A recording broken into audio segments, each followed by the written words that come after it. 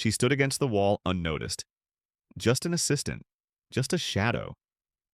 But as the boardroom rushed to sign a multi-million-dollar deal, her eyes caught one line, buried deep in the paperwork. She whispered two words, and everything stopped. What would you do in her place? Speak up or stay quiet? Drop your thoughts in the comments. And if you want more stories like this, hit subscribe. The leather chairs groaned as board members shifted, nervous and ready. Suits rustled, pens clicked, and the air inside the glass boardroom could slice paper. At the head of the table sat Warren Langston, CEO, legend, Wall Street's golden veteran. He was minutes away from closing a deal that would reshape his company's future. At the far end of the room, nearly invisible behind a silver coffee cart, stood Ava. 18, high school senior, assistant for the day. Nobody introduced her, nobody asked her name. She was just the janitor's daughter. She poured coffee for people who didn't say thank you, refilled water glasses no one touched.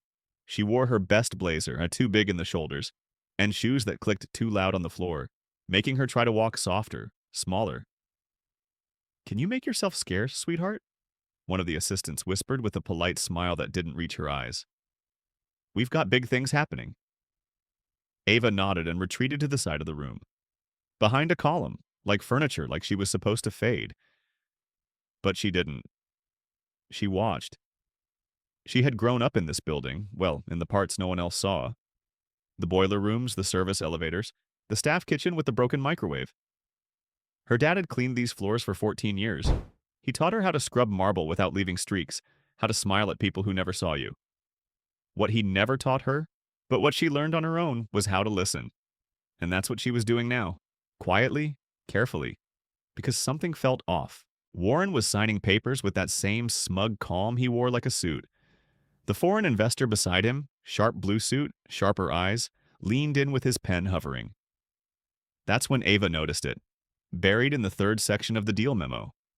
A footnote. No one else had paused on it, but Ava had seen it. She'd seen it an hour ago in the printing room, when she was asked to staple copies.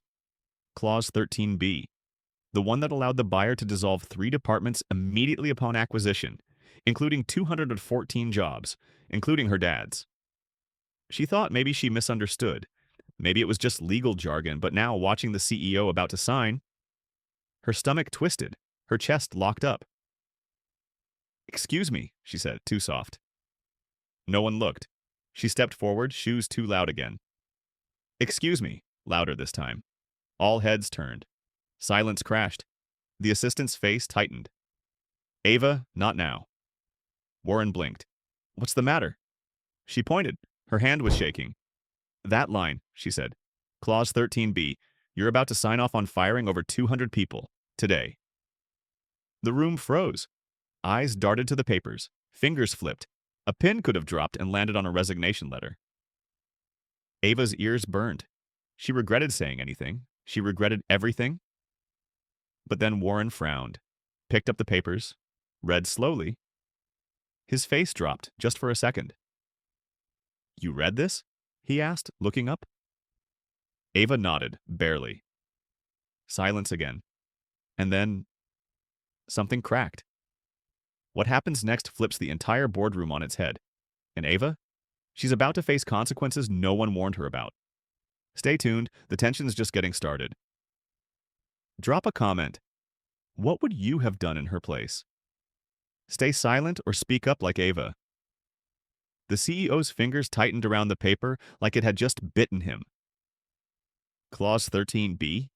He muttered, scanning the page again. Who the hell added this? The investor across from him didn't flinch, didn't blink, just calmly sipped his water like nothing had happened.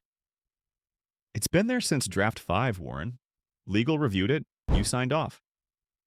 I never saw this clause, Warren said flatly. And I never would have signed off on slashing 214 jobs on day 1. The investor tilted his head. We assumed redundancies would be managed. You know how these things go. Everyone in the room started shifting. The tension had gone from quiet to volcanic.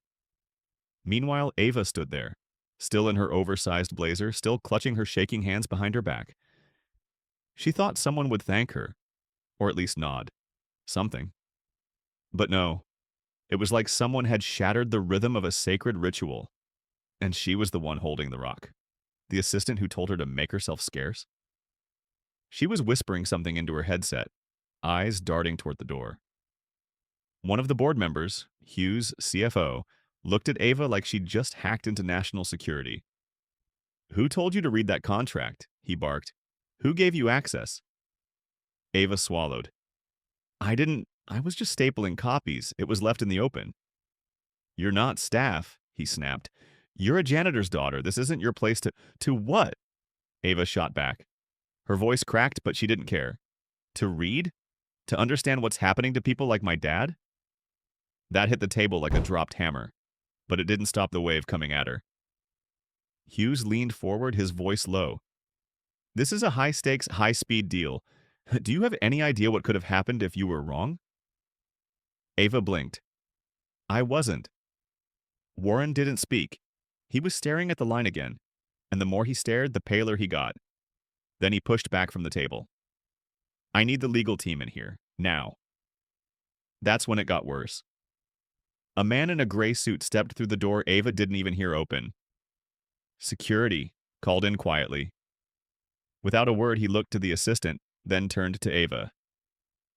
"Ma'am, I'm going to have to ask you to leave this floor." She froze. "What?" "Please come with me." The entire boardroom watched in awkward silence. No one moved, not even Warren. No one defended her. Ava's heart sank. Her stomach felt like bricks. She thought she was doing the right thing. She thought, and now she was being walked out like she'd set off a fire alarm. Her face burned with shame, but she didn't cry. She didn't even look back.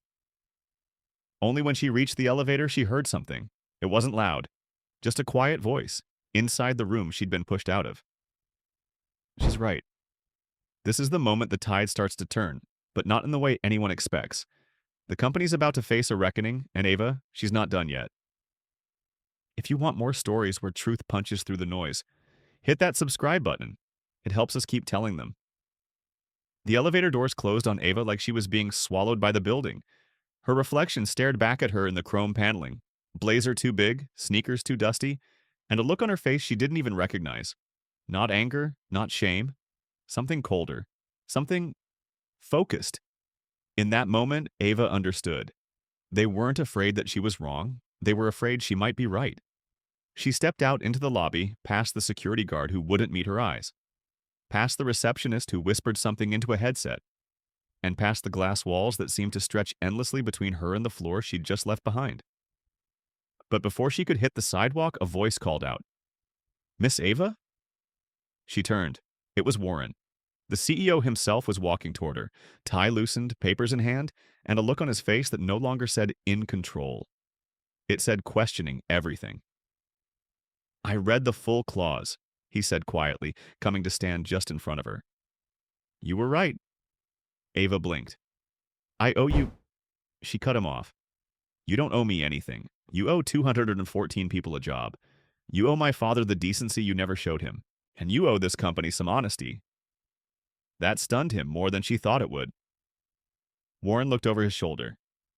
"Come with me." Back up the elevator, past the guard who did look this time, through the glass again, and into the room where she was almost erased.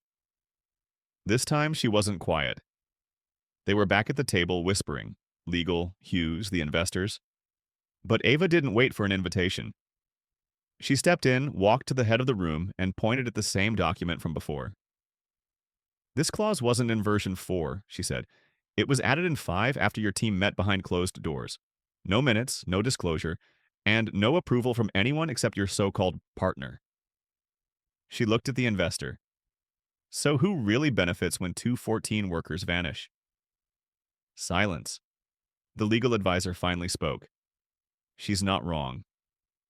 Warren stared at the investor like he was seeing him for the first time. "You push this through. You use my name." "You signed." The investor shrugged. "That's on you." "No," Warren said. "Not this time." He turned to Hughes. "Terminate the deal.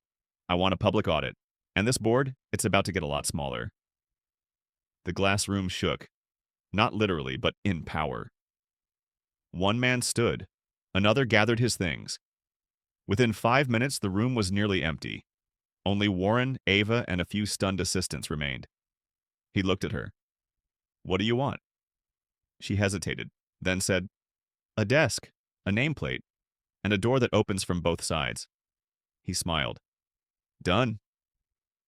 Somewhere in that building, her father was still sweeping a floor he thought would never see him. He didn't know yet, but his daughter had just rewritten everything above his head. If that hit you, leave a comment. Tell us what you would have done in Ava's shoes. We read everyone. And don't forget to share this story with someone who thinks small voices don't matter.